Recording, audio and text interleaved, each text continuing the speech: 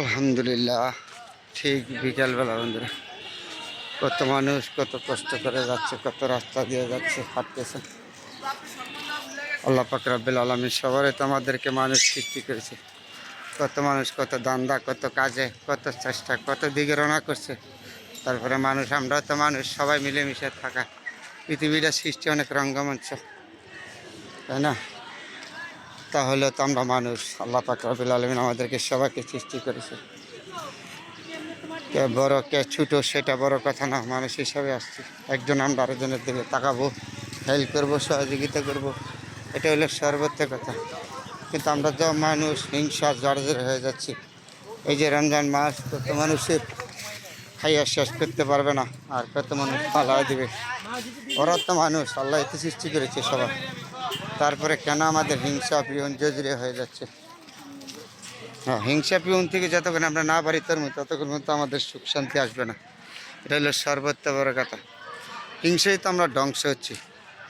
কত সুন্দর না জায়গাটা, ঠিক বিকেলবেলা কত মানুষ ঘুরতেছে, আসতেছে, যার যার কাজের ধান্দায়, যার যার ব্যক্তিগত ধান্দায় দৌড়াদৌড়ি করে চলে যাবে। এখন বাসায় যা ইফতার করবে। তারপরে বন্ধুরা, আমরা মানুষ। আল্লাহ পাক রব্বুল আলামিন কত কষ্ট যে মানুষের দিনকাল যায় আল্লাহ সারা জানে না। কেউ সারাদিন রোজা রেখে ইফতার খায় শেষ করতে পারে না, আর কেউ একটু পানি লিয়ে খায়। এই তো আল্লাহর সৃষ্টি। আল্লাহ এই তো সবাইকে সৃষ্টি করেছে। তাহলে বুঝতে হবে আমরা মানুষ, সবে আল্লাহর সৃষ্টি।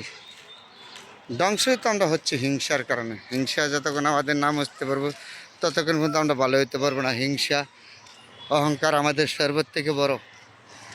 হিংসা পিউন থেকে আমাদের বেরিয়ে আসতে হবে।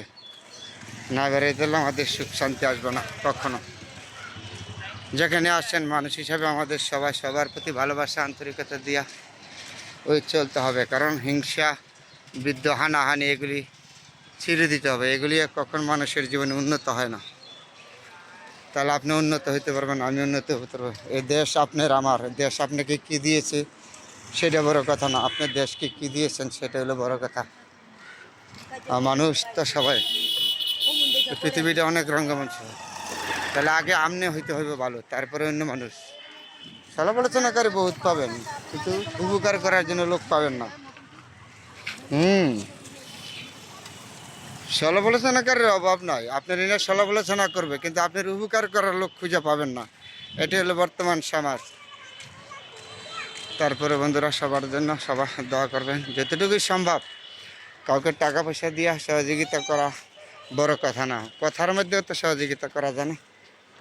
আমরা তো মানুষই, কেন আমরা বুঝি নাই, জানি নাই। সবাই ভালো থাকবেন, সবার জন্য দোয়া শুভকামনা রইল। আলহামদুলিল্লাহ।